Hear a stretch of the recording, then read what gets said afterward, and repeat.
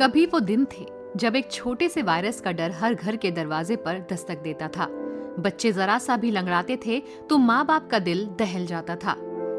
लेकिन फिर शुरू हुआ एक संकल्प, एक मिशन, 2 बूंद जिंदगी की। नमस्कार श्रोताओं, आप सुन रहे हैं अपना रेडियो 96.9 एफएम। मैं हूं कविता और आज का हमारा विशेष कार्यक्रम आधारित है 2 बूंद जिंदगी की। जैसे ही शब्द हमारे कानों में जाते हैं, हम समझ जाते हैं कि बात हो रही है पोलियो की और उसे हराने की जंग की। दोस्तों, हर साल 24 अक्टूबर को विश्व पोलियो दिवस मनाया जाता है। ये दिन उस वैश्विक मुहिम का प्रतीक है जिसमें करोड़ों लोगों ने मिलकर पोलियो जैसी गंभीर बीमारी को जड़ से खत्म करने का सपना देखा और उसे पूरा करने के लिए कड़ी मेहनत की।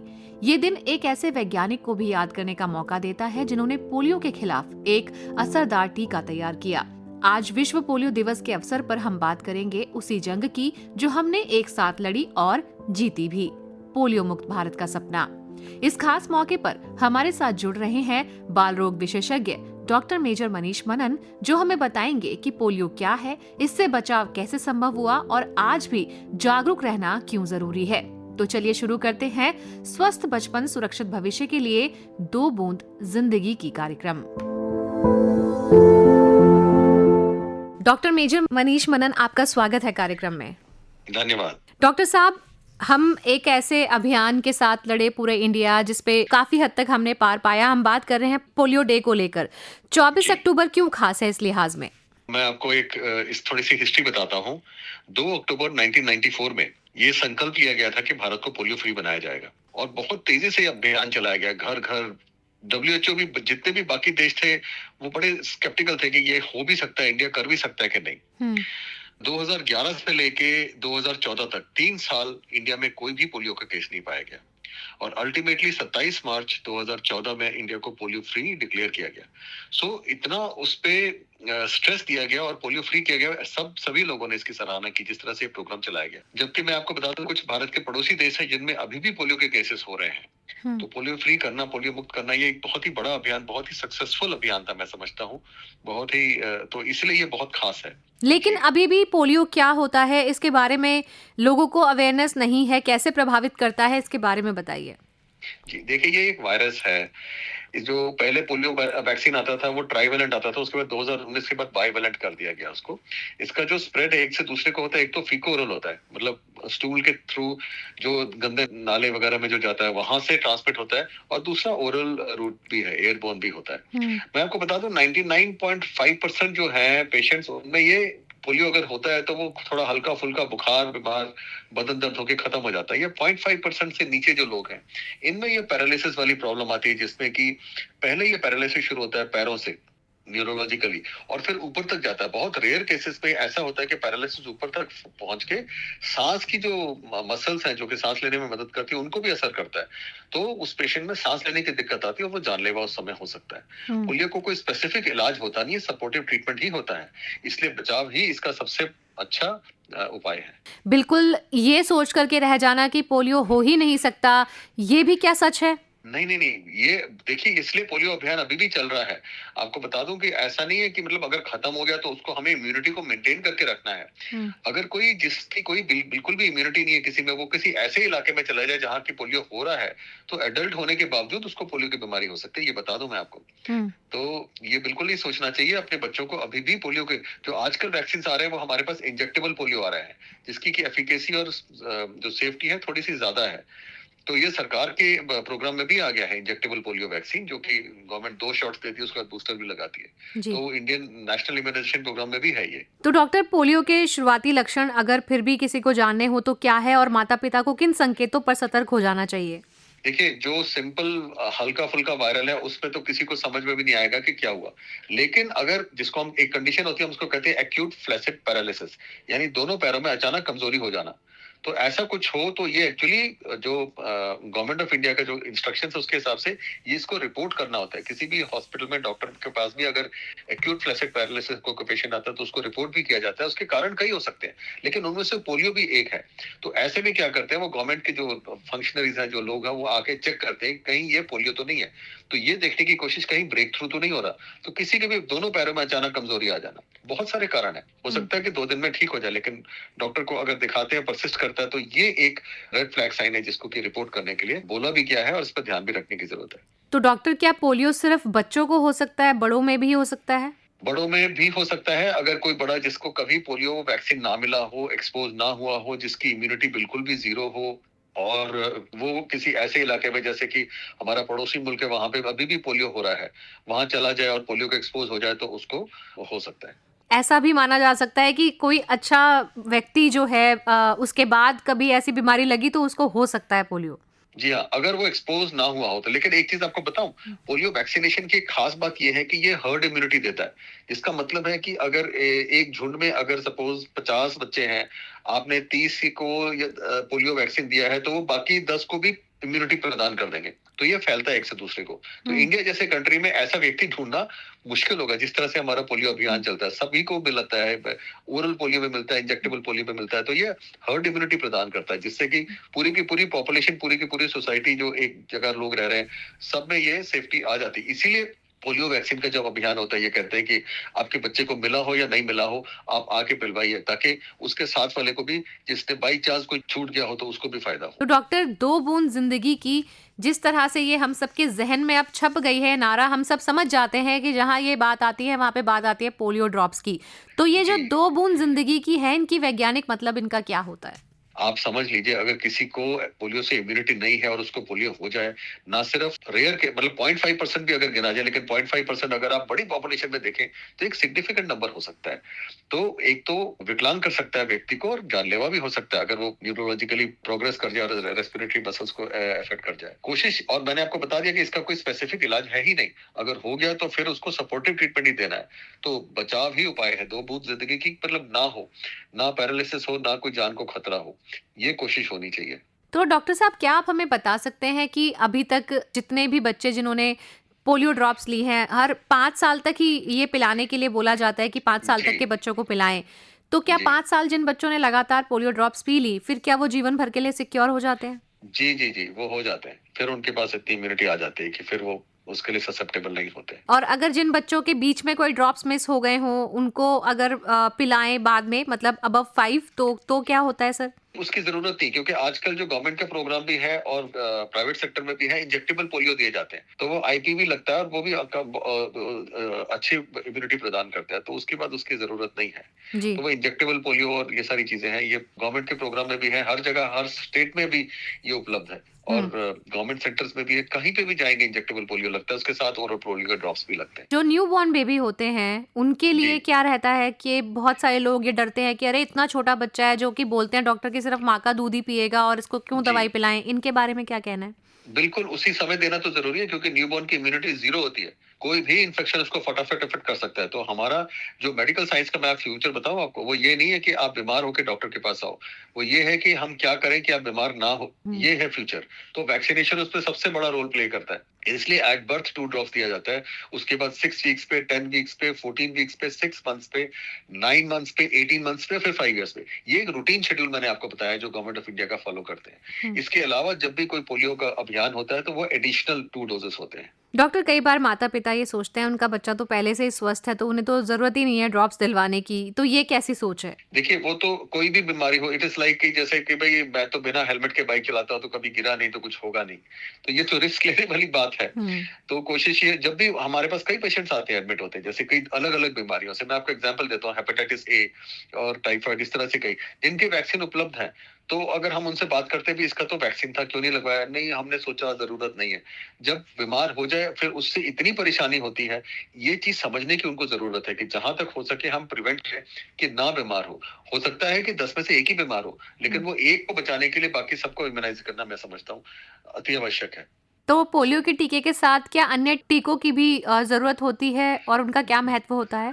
बिल्कुल ज़रूरत होती है। आप देखिए, अब जब पैदा होता है तो ओरल पोलियो वैक्सीन, बीसीजी, जो कि टीबी से प्रिवेंट करता है, और हेपेटाइटिस बी लगता है। उसके बाद 6 हफ्ते पे diphtheria, pertussis, tetanus, H influenza type B, injectable polio, pneumococcal vaccine जिसको हम पीसीवी कहते हैं, और रोटावायरस वैक्सीन। एक समय था जब इस देश में सबसे ज्यादा मरने वाले बच्चे डायरिया से मरते थे। रोटावायरस के आने के बाद ये तादाद बहुत ज्यादा कम हो गई है। तो वैक्सीनेशन से बहुत फर्क पड़ा है। मैं आपको एक सिंपल सा स्टैटिस्टिक्स देता हूँ। 1970 में इन्फेंट मोर्टेलिटी रेट हमारे देश में 150 था पर 1000 बच्चे।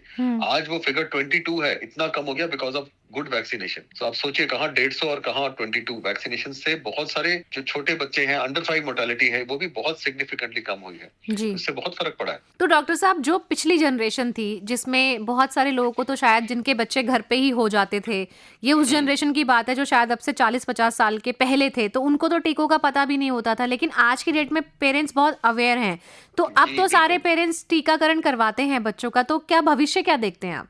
भविष्य में मैं आपको बताऊं कि ये होने वाला है कि पेशेंट हमारे पास आएगा, हम पूछेंगे कैसा है जी आपका बच्चा? जी ठीक है। कोई दिक्कत है जी? कोई दिक्कत नहीं है। हम उसको एग्जामिन करेंगे, उसके हाइट, उसकी ग्रोथ, उसका न्यूट्रिशन, उसमें कोई कमी तो नहीं है, उसका कोई वैक्सीनेशन छूटा तो नहीं, ये सारा करके घर भेज देंगे। तो ये मैं भविष्य देखता हूँ मेडिकल साइंस का। ये नहीं देखता हूँ कि आप लेके आओ जी मेरे बच्चा 4 दिन से बहुत तेज बुखार है, उल्टियां कर रहा है, दस्त कर रहा है, बहुत तबीयत। तो ये सिचुएशन, हमारा एम ये है कि बस आप हेल्दी सोसाइटी को जितना हेल्दी रख सके उतना पूरे समाज के लिए अच्छा है। तो उसके लिए जो प्रिवेंटिव ट्रीटमेंट है वो होने चाहिए, बजाय इसके कि आप बहुत बीमार करके आओ, जिसमें वैक्सीनेशन बहुत बड़ा रोल प्ले करता है। जी डॉक्टर, हमने यहाँ पे कभी ये भी सुना है कि बच्चों का बीमार होना भी जरूरी है कभी कभी, ये भी सही है क्या? देखिए, जो नॉर्मल वायरल इलनेसेस होते हैं ना छोटे मोटे, तो कभी भी कोई बच्चा किसी वायरस को एक्सपोज होता है, उसके अगेंस्ट थोड़ी बहुत इम्यूनिटी आती है। वो इस कंटेक्स्ट में सही है कि अगर आप बच्चे को बिल्कुल बचा के रखो, नहीं जी यहाँ नहीं जाना बीमार हो जाएगा, वहां नहीं जाना इन्फेक्शन हो जाएगा, तो कभी ना कभी तो वो कहीं जाएगा तो वो बहुत ज्यादा बीमार हो जाएगा। तो बच्चे का सोशलाइजेशन करना, बाहर जाना, स्कूल जाना, खेलना, मिट्टी में खेलना, पेड़ में खेलना, ग्राउंड में खेलना, हाथ मिट्टी से गंदे करना, मैं समझता हूँ ये इंपॉर्टेंट है और उसकी इम्यूनिटी के लिए जरूरी है। इससे उसकी इम्यूनिटी, जनरल इम्यूनिटी बनेगी। वो थोड़े मोटे खांसी जुकाम से अगर मतलब डर के भी हाथ गंदे हो गए भी फटाफट इसको ये कर दो, इतना करना भी जरूरी नहीं है। फिर उससे अलग तरह की ऐसी बीमारियां आती है, फिर उनसे ज्यादा लड़ना मुश्किल होता है। तो जितना नॉर्मल रख सको ना आप ग्रोथ एंड डेवलपमेंट को, उतना अच्छा है। वो घरों से निकालिए, मोबाइल से निकालिए, टीवी के आगे से निकालिए और उसको ग्राउंड में भेजिए। ये आपके बच्चे के सेहत के लिए अति आवश्यक है। जी, तो डॉक्टर, जिन बच्चों को पोलियो का टीकाकरण नहीं मिला हो, क्या उनके लिए खतरे बने रहेंगे लाइफ टाइम? तो पोलियो का टीकाकरण मुझे पता नहीं कि कितने लोग हैं इस देश में जिनको नहीं मिला हो, क्योंकि जिस तरह का सरकार का अभियान है मेरे ख्याल से बहुत अच्छा उसका रीच है। अगर ऐसा नहीं होता तो इंडिया पोलियो फ्री नहीं होता। 2014 से इंडिया पोलियो फ्री है, जो बहुत बड़ी बात है। तो लेकिन अगर कोई मना करता है किसी भी वैक्सीन के लिए, तो उसके लिए तो वो रिस्क है। तो ये मान लेना चाहिए, सबको मालूम होना चाहिए। इसलिए वैक्सीनेशन बहुत बहुत एसेंशियल है। तो पोलियो उन्मूलन में भारत ने बहुत बड़े बड़े कदम उठाए। डॉक्टर, आपकी रीच और जो आपका अनुभव है, आप उसमें भारत के इस कदम को कहाँ देखते हैं और अन्य विकसित देशों के कंपैरिजन में? कि जो इंडिया का नेशनल इम्यूनाइजेशन प्रोग्राम है, इतना बड़ा प्रोग्राम पूरे विश्व में कहीं भी नहीं है। ये इतना ऑर्गेनाइज और इतने सुचारित तरीके से, इतने अच्छे तरीके से चल रहा है। गवर्नमेंट का ये एक प्रोग्राम है जो कि बहुत सराहनीय है। जिस लेवल पे छोटी छोटी जगह पे आप गांव-गांव जाओ, वहां वैक्सीन देने के लिए बर्थ अटेंडेंट्स होती है, जो आपके आंगनबाड़ी वर्कर्स होते हैं, ये सब जाके देती है ताकि छोटे से छोटे, गरीब से गरीब घर तक ये वैक्सीनेशन पहुंचे। स्टार्ट किया था, इंडिया ने कहा था कि हम इंडिया को पोलियो फ्री बनाएंगे। बहुत सारे लोगों ने मजाक उड़ाया था, बहुत सारे डेवलप्ड नेशंस ने, सबने सराहना की कि बहुत अच्छा काम किया। इतने बड़े देश, इतनी बड़ी पॉपुलेशन को इतनी अच्छी तरीके से मैनेज किया। तो मैं समझता हूँ ये बहुत ही कमेंडेबल थी, बहुत बड़ा काम था ये जो इंडिया ने किया है। जी, तो डॉक्टर मेजर मनीष मनन, क्या आज भी पोलियो का वायरस कोई खतरा बनकर बाकी देश से हमारे देश में लौट सकता है? बिल्कुल जी, आप जानकर हैरान होंगे कि पाकिस्तान में अभी भी पोलियो हो रहा है और 2021 के मुकाबले में 2024 में पाकिस्तान में पोलियो के केसेस में 2-3 गुना इजाफा हुआ है। बिल्कुल हमारा पड़ोसी मुल्क है, तो हमें ध्यान रखना चाहिए। अभी भी अपना प्रिवेंशन और अपनी इम्यूनिटी को बरकरार रखने के लिए वैक्सीनेशन प्रोग्राम चलते रहना चाहिए। माता पिता, समाज दोनों की क्या भूमिका है अगर किसी बच्चे को पोलियो हो जाए या पोलियो को हमेशा के लिए खत्म करना हो तो? वैक्सीनेशन फॉलो करें, डॉक्टर्स की एडवाइस फॉलो करें और कोई भी ऐसा सिम्टम दिखे जो कि इस तरह का हो सकता है, वीकनेस, डिले ना करें, जल्दी अपने डॉक्टर से संपर्क करें, बजाय इसके लिए कि गूगल में ढूंढ के अच्छा इसका हम ये हो सकता है, या अपने दोस्तों से जिसका मेडिकल साइंस से कोई लेना देना ना हो, कोई दुकान में चला रहा हो या कोई फाइनेंस वाला बंदा हो, उससे पूछ के, आपस में लोग बहुत करते हैं, गूगल में एआई से ढूंढ के अल्टीमेटली फिर आते हैं अच्छा ये तो इतने दिन से हो रहा था, हम ये सब कुछ कर चुके हैं। कुछ हो तो early intervention is the best thing. जितनी जल्दी हो सके आप दिखाइए कुछ ऐसी प्रॉब्लम होती है। और वैक्सीनेशन के ऊपर आप फेसबुक में जाएंगे, अमेरिका में कई बहुत सारे पढ़े लिखे, जितने पढ़े लिखे लोग होते हैं ना, एक्चुअली प्रॉब्लम्स वहीं से शुरू होती है। उनका दिमाग ज्यादा चलता है, तो उनमें एक बहुत सारे बड़ा ग्रुप है, स्पेशली यूएसए में है, कि नहीं जी वैक्सीन हम नहीं लगाएंगे। आप जान के हैरान होंगे कि यूएसए में अब मीजल्स का आउटब्रेक हुआ है और मीजल्स से डेथ्स भी हुई हैं बच्चों की। कितनी शर्म की बात है, कितने विकसित देश में ऐसा हुआ है, और ये उन लोगों की वजह से हुआ है जिन्होंने फैलाया है कि हम वैक्सीन नहीं देंगे बच्चों को। डॉक्टर्स की एडवाइस फॉलो करिए तो सही रहेगा और हेल्दी भी रहेंगे, रादर देन इधर उधर बाकी लोगों के बातों में आने के। जी, तो डॉक्टर साहब बहुत अच्छी जानकारी आपने पोलियो पर हमारे सुनने वालों को दी, लेकिन डॉक्टर साहब बस एक अगर डिफरेंस करके आपको बताना हो कि जिन बच्चों को आज तक वैक्सीनेशन समय पे मिले हैं और कुछ बच्चे ऐसे जिन्हें नहीं मिले हैं, दोनों में अंतर अगर आप देखते हैं तो क्या रहता है? जिनको वैक्सीन नहीं मिले वो बहुत सारी जानलेवा बीमारियों के लिए एक्सपोज्ड हैं। तो वो ऐसी बीमारी, आपको मैं एग्जांपल देता हूँ, जैसे कि हेपेटाइटिस ए जो हम कॉमन देखते हैं, ये गंदा पानी या खाने से होता है। जिसको लगा हुआ है उसको वो नहीं हुआ, जिसको आ गया हेपेटाइटिस ए फिर वो एडमिट हो गया हॉस्पिटल में, जॉन्डिस हो गया, कई कितनी सारी प्रॉब्लम हुई, महीना लग गया पूरा ठीक होने में। ऐसी ही कई कितनी सारी बीमारी है। आप टेटनस को ले लो, अगर टेटनस किसी को हो गया तो वो जानलेवा है, आपको मालूम ही है। लेकिन टेटनस लगने के, वैक्सीन आने के बाद कहाँ देखते हैं आप? आजकल हम देखते भी नहीं है। हम मेडिकल कॉलेज में थे तो ये केसेस देखते थे।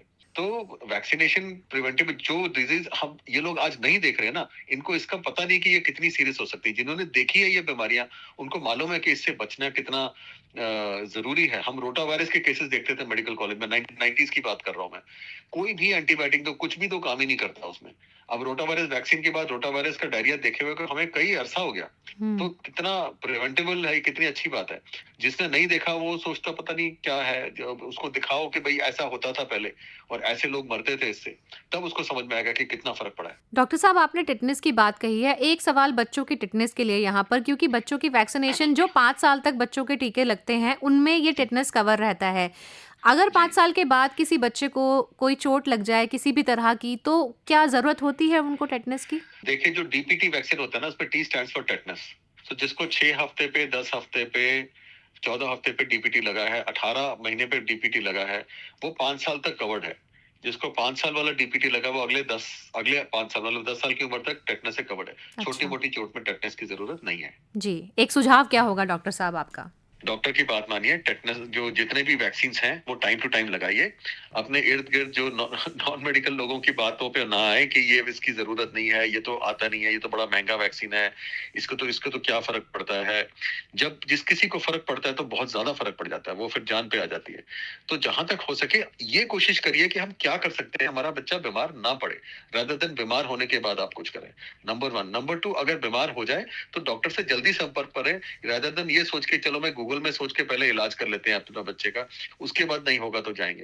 तो प्रॉब्लम को बढ़ने दें। अ स्टिच ऑन टाइम सेव्स 9। जितना हम प्रिवेंट कर सके, and prevention is better than cure, ये 2 चीजें मैं सारे पेरेंट्स को बोलना चाहूंगा। डॉक्टर मेजर मनीष मनन, आप हमारे साथ जुड़े, बहुत बहुत धन्यवाद डॉक्टर साहब आपका।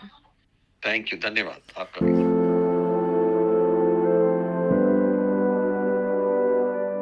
तो दोस्तों, आज की बातचीत ने हमें एक बार फिर याद दिलाया कि छोटी सी 2 बूंदें कितनी बड़ी जिम्मेदारी लेकर आती हैं। डॉक्टर साहब ने बहुत ही खूबसूरती से बताया कि पोलियो से बचाव किसी दवा का नहीं बल्कि जागरूकता और निरंतरता का परिणाम है। भारत ने पोलियो पर विजय जरूर पाली है, लेकिन ये जीत तभी स्थायी रहेगी जब हर माता पिता, हर नागरिक इस मिशन का हिस्सा बना रहेंगे। याद रखिए, हर बच्चे की सुरक्षा हर परिवार का दायित्व है, हर बूंद एक उम्मीद है। तो आइए इस विश्व पोलियो दिवस पर हम सब ये संकल्प लें कि किसी भी बच्चे तक पोलियो की 2 बूंद पहुंचने से ना छूटे, क्योंकि जब हर बच्चा स्वस्थ होगा तभी देश सशक्त होगा। इसी उम्मीद में कि आपका बच्चा हमेशा स्वस्थ रहे, कविता शर्मा को दीजिए अनुमति। सुनते रहिए अपना रेडियो 96.9 FM। नमस्कार।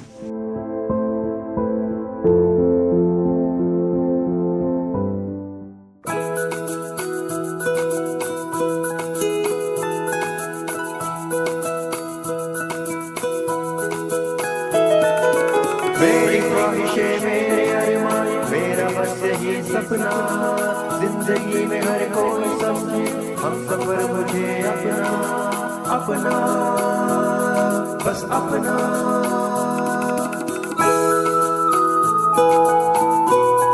अपना रेडियो 96.9 FM। अपना।